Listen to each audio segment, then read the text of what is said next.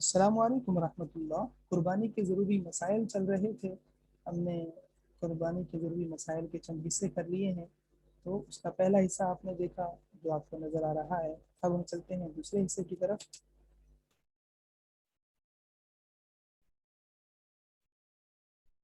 کہ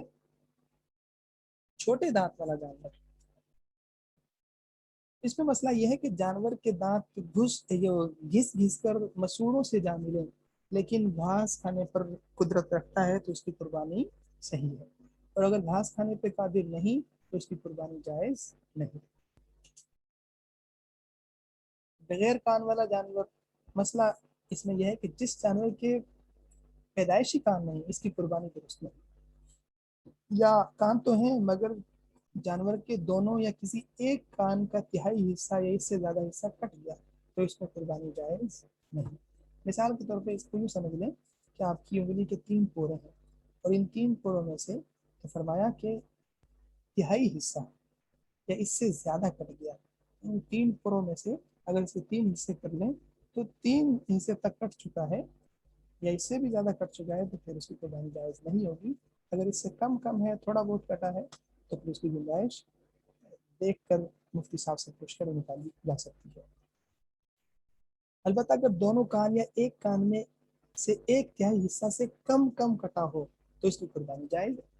لیکن تھوڑا بہت جیسے انگلی کے 3 حصے ہم نے کر لیے، تو اگر ایک حصہ تھوڑا سا کٹا ہے، چاہے کان سے ہو یا کہیں اور سے، تو پھر اس کی قربانی جائز ہے۔ اور مگر جانور کے دونوں یا کسی ایک کان کا حصہ یا اس سے زیادہ حصہ کٹ گیا ہو تو اس کی قربانی جائز نہیں ہے۔ ٹھیک ہے؟ تو اگر کسی جانور کے تہائی حصہ سے کم کٹا ہو تو پھر جائز، اگر کسی جانور کے پیدائش سے کان تو ہیں لیکن ذرا ذرا سے اور چھوٹے چھوٹے ہیں تو پھر قربانی جائز درست ہے۔ اچھا، کٹے اور چیرے ہوئے جو کان والے جانور ہیں ان کا حکم کیا ہوگا جی؟ اس میں مسئلہ یہ ہے کہ جس جانور کا ایک کان یا دونوں کان لمبائی میں کٹے ہوئے ہیں یا چرے ہوئے ہیں یا سامنے کی طرف سے پھٹ گئے ہیں یا ان میں سوراخ ہے یا پیچھے کی طرف سے پھٹے ہوئے ہیں، تو جو ہے نا اس کی قربانی جائز ہے۔ مگر بہتر یہ ہے کہ ایسے جانور کی قربانی نہ کریں جس کے کان آگے سے پیچھے سے یا اس میں سوراخ ہوئے پڑے ہیں، تو مناسب یہ ہے کہ نہ کریں، اگر کر لی تو جائز ہے۔ بے سینگ والے جانور کا حکم، مسئلہ اس میں یہ ہے کہ جس جانور کے پیدائشی سینگ نہیں لیکن عمر اتنی ہو چکی ہے جتنی عمر قربانی کے جانور کی ہوئی لازم ہے، یا سینگ تو تھے مگر ٹوٹ گئے اور اس کا اثر دماغ تک نہیں پہنچا تو اس کی قربانی درست ہے۔ البتہ اگر سینگ بالکل جڑ سے اکھڑ گئے ہیں اور چوٹ جو ہے نا چوٹ کا جو اثر ہے وہ دماغ تک پہنچ چکا ہے تو ایسے جانور کی قربانی درست نہیں۔ اور اگر سینگ کے اوپر کا جو خول ہوتا ہے، جو سینگ ہوتا ہے اوپر جو خول سا ہوتا ہے وہ اتر گیا ہے لیکن جڑ وغیرہ باقی ہے تو اس کی قربانی بھی درست ہے۔ ایک اور مسئلہ، جس جانور کے سینگوں کو شروع ہی سے جو ہے داغ کر ان کے نکلنے کو روکا جاتا ہے ایسے جانور کی قربانی جائز ہے، بشرطے کہ اس عمل کی وجہ سے جانور کے سر پر ایسا گہرا زخم پیدا نہ ہو جو دماغ تک سرایت کر جائے۔ ٹوٹے سینگ والے جانور کا حکم، مسئلہ اس میں یہ ہے کہ اگر جانور کے دونوں سینگ یا ایک سینگ ٹوٹ جائے، خواہ آدھا یا آدھا سے زیادہ یعنی کہ 3 حصہ اس سے بھی زیادہ ٹوٹ گیا تو ایسے جانور کی قربانی جائز ہے۔ البتہ اگر دونوں سینگ یا ایک سینگ بالکل جڑ سے اکھڑ جائے اور اس کا اثر دماغ تک پہنچ جائے یا اندر کا گودا یا ہڈی ظاہر ہو جائے تو پھر اس قربانی جانور کی قربانی جائز نہیں۔ ایک اور مسئلہ، آج کل یہ رواج ہو گیا ہے کہ قربانی کے جانور مثلا بیل وغیرہ جب بالکل چھوٹا ہو تو اس وقت اس کی سینگ اکھاڑ کر ختم کر دیے جاتے ہیں، پھر زخم کو علاج کے ذریعے ٹھیک کر دیا جاتا ہے، اور مقصد اس سے جانور کو خوبصورت بنانا ہوتا ہے۔ تو ایسا کرنے کے بعد اگر جانور کا زخم ٹھیک ہو گیا اور کوئی عیب باقی نہیں رہا تو پھر اس کی قربانی درست ہے۔ اگر محض خوبصورتی کے لیے جانور کو اس قدر اذیت دے، لیکن پھر بھی کہہ رہے ہیں کہ جو ہے اس میں یہی ہے مسئلہ کہ خوبصورتی کے لیے جانور کو اتنی اذیت اور تکلیف دینا جائز نہیں۔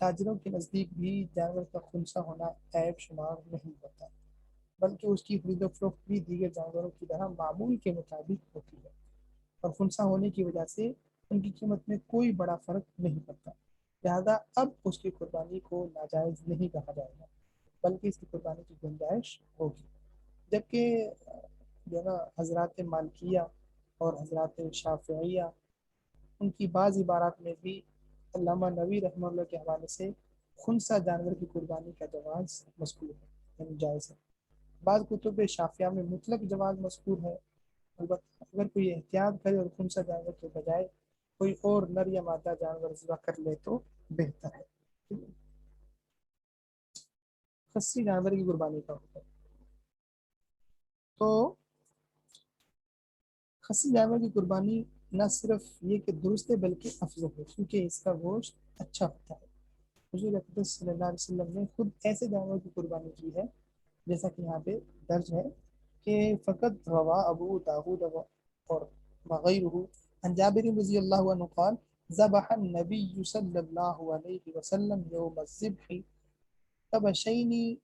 اقرنین املحین اور موجودین، میں یہی ہے کہ خصی جانور کی قربانی کرنا اور بھی اچھا ہے۔